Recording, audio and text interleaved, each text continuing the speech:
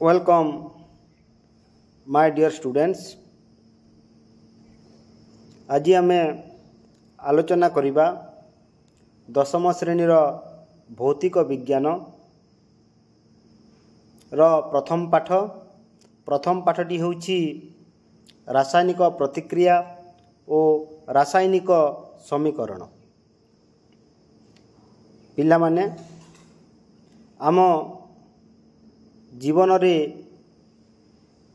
अनेक प्रकार घटना घटी थाए, विभिन्न प्रकार परिवर्तन आमे देखिबाकू पाई थाउ। केतोटी पदार्थ निजर प्रकृति और निजर सत्ता को हराई दी थांती। आम चतुर्पार्श्वरे घटुवा केते गुड़िए परिवर्तन हैला।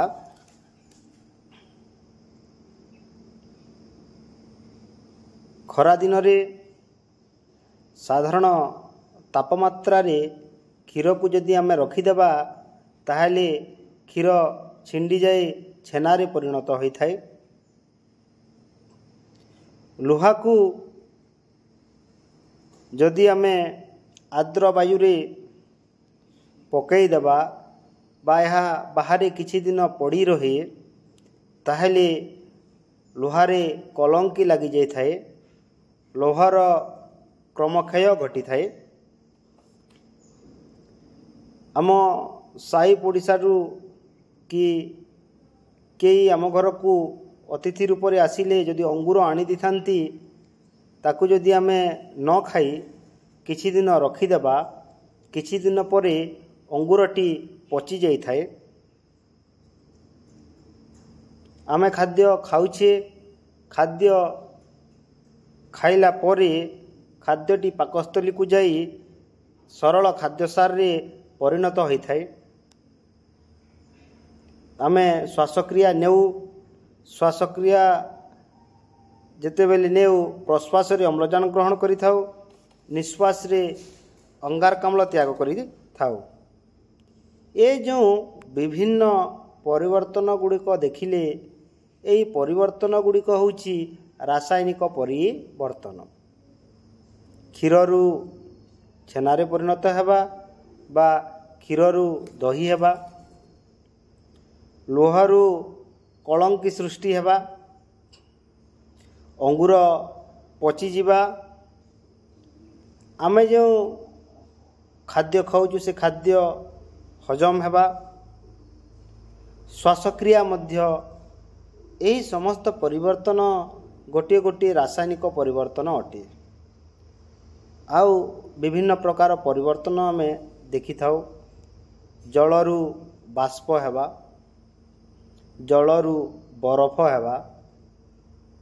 एई जो जलरू बाष्प हेबा, जलरू बरफ हेबा, ए जो दुई परिवर्तनर कथा आमे होउछु, जलरू बाष्प होई जाए एवं पुणी बाष्प जल रे परिणत होई जाए, जलरू बरफ होई जाए पुणी बरफ जल रे परिणत होई जाए।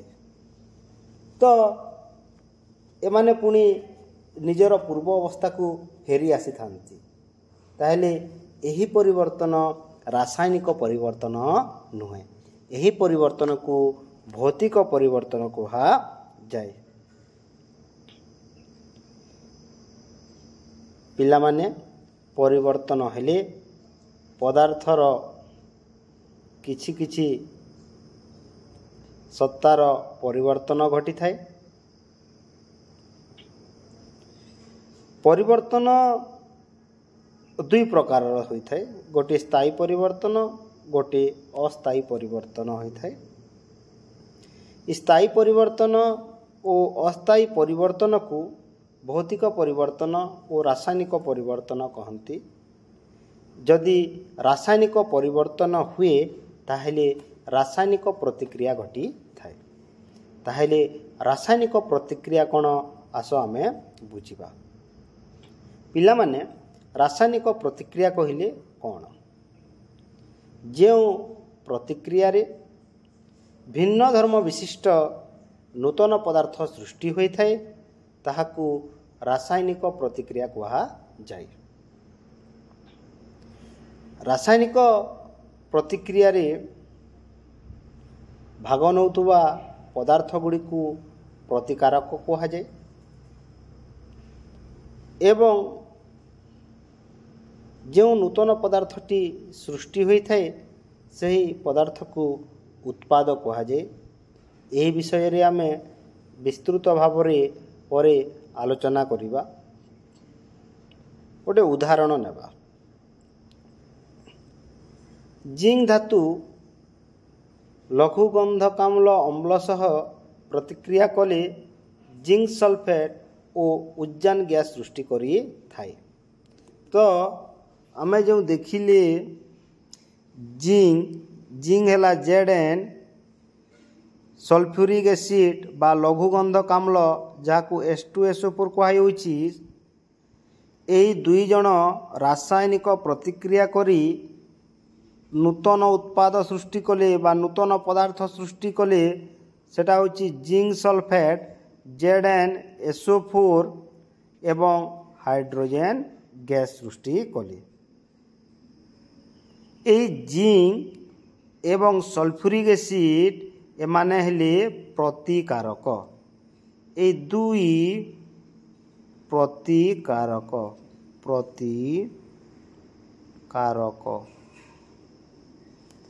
ए दुई प्रतिकारक मिसिकी नूतन पदार्थ सृष्टि कले एवं से नूतन पदार्थटी होची जिंक सल्फेट एवं हाइड्रोजन गैस।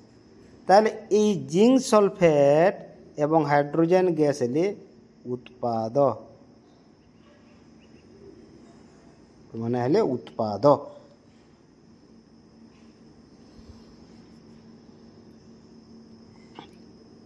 तो परीक्षा रे आसी पारे जिंक सल्फ्यूरिक एसिड सहित रासायनिक प्रतिक्रिया कले बा लघु गंधकाम्ल कहि पारे लघु गंधकाम्ल अम्ल सहित रासायनिक प्रतिक्रिया कले क्यों गैस उत्पन्न करे ताहेले पिला माने आमे जानिबा हाइड्रोजन गैस उत्पाद करे। ताले ए जो रासायनिक प्रतिक्रिया घटुछि रासायनिक प्रतिक्रिया घटिला बोली आमे जानि परिबा।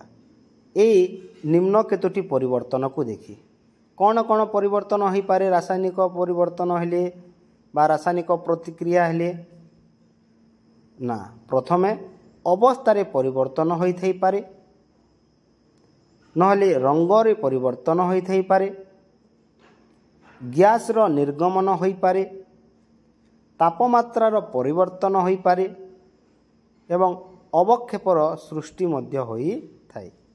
ये जो पांचटी परिवर्तन अवस्था रे परिवर्तन रंग रे परिवर्तन गैस रो निर्गमन तापमात्रा परिवर्तन अवक्षेप सृष्टि एमानंको मध्यरु कोनोसी एक परिवर्तन घटिथिले आमे जानि परिबा जे रासायनिक प्रतिक्रिया घटिछि कहिके। आम बही रे तीनोटी परीक्षा देइछि एवं एही परीक्षा टी विषय रे जानिबा जहाँकि बोर्ड परीक्षा पाई मध्य अत्यंत गुरुत्वपूर्ण अटे।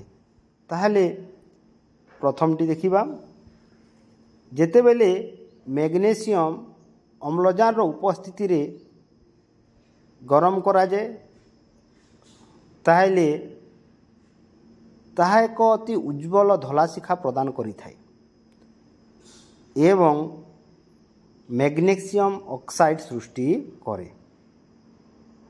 तो मैग्नेशियम एवं ऑक्सीजन रासायनिक प्रतिक्रिया करी मैग्नेशियम ऑक्साइड प्रदान करी थांती एवं एही मैग्नेशियम ऑक्साइड रो रंग होची धला। ताले पिला माने मैग्नेशियम ऑक्साइड रो रंग किपरि धला। मैग्नेशियम और ऑक्सीजन रासायनिक प्रतिक्रिया कले क्यों प्रकार शिखा उत्पन्न हुए उज्ज्वल धला शिखा उत्पन्न हुए। यह थिला प्रथम परीक्षा। ताले द्वितीय परीक्षाटी कौन द्वितीय परीक्षाटी को आम बुझा लेट नाइट्रेट रो जलीय द्रवण नेबा एवं पोटासियम आयोडाइड्र जलीय द्रवण नेबा। लेड आयोडाइड्र जलीय द्रवण और पोटासियम आयोडाइड्र जलीय द्रवण को आम रासायनिक प्रतिक्रिया कराइबा, ताहले आम देखिबा एक हलदिया अवक्षेप सृष्टि हेबो एवं से हलदिया अवक्षेपर नाम होची लेड आयोडाइड एवं आउ गोटे पोटासियम नाइट्रेट द्रवण सृष्टि हेबो। परीक्षा रे जो पचारि पारे लेड नाइट्रेट रो संकेत कौन PbNO3 लेड आयोडाइड रो संकेत कौन PbI2। लेड आयोडाइड रो रंग किपरि हलदिया, यह परीक्षा रे आसी पारे पिला माने। द्वितीय परीक्षाटी को भल भाव तुम्हें देखी थिबो। ताले तृतीय परीक्षाटी कौन जेते बेले जिंक हाइड्रोक्लोरिक एसिड किंबा सल्फ्यूरिक एसिड सहित रासायनिक प्रतिक्रिया करे हाइड्रोजन गैस उत्पन्न करी थाए। Zinc react with hydrochloric acid gives us zinc chloride plus hydrogen gas. ताले हाइड्रोजन गैस को आमे किपरि जानिबा? ताले जिंक एवं हाइड्रोक्लोरिक एसिड रासायनिक प्रतिक्रिया कले जो गैस उत्पन्न हेबो से गैस टी को जदि आमे जलुथुबा दियासिल रे देखैबा एक पॉप साउंड हेबो। सेथिरु जानि परिबा जे एहा होची hydrogen gas. The hydrogen gas is release as a bubble. एठारे गोटे बबल आकार रे बाहरिबो जोटा कि जदि हम टेस्ट करिबा जानि परिबा गोटे जलंता दियासिल रे जदि ताकू गैस को जीवा को देबा ताहले गोटे पॉप साउंड आम शुणी पाको पाइबा। तार केतोटी प्रश्न सहज प्रश्न तुम मानक पई पिला माने। कलंकीर रासायनिक नाम कौन? आयरन ऑक्साइड कहा जाए बा लौह ऑक्साइड कहा जाए कलंकी को। एवं तुम तो जानिछ लोहा केवल अम्लजान सहित रासायनिक प्रतिक्रिया करी कलंकी सृष्टि करे नहीं। लुहा केवल जल सहित प्रतिक्रिया करी कलंकी सृष्टि करे नहीं। लुहा उभय जल एवं वायुर उपस्थिति रे ही कलंकी सृष्टि करी थाए। एवं ए कलंकीर रंग किपरि पिला माने? कलंकीर रंग होची लोहित बादामी बा लाल बादामी बोली मध्य कही थांती। ताले मैग्नेशियम ऑक्साइड रंग किपरि? ना मैग्नेशियम ऑक्साइड रंग होची धला। एवं लेड आयोडाइड रंग किपरि? लेड आयोडाइड रंग होची हलदिया।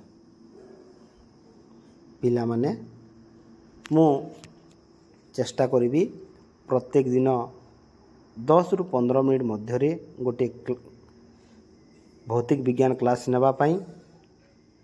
तुम मानकु जदि भल लागिथिबो लाइक करिवो, शेयर करिवो, कमेंट करिवो एवं तुमको जदि इच्छा हुए ताहले सब्सक्राइब करिवो एवं यही नोट टी को तुम्हें लिखिदेव पिला माने। ए नोट टी निश्चित भाव में तुमको बोर्ड परीक्षा रे साहाय्य करिवो।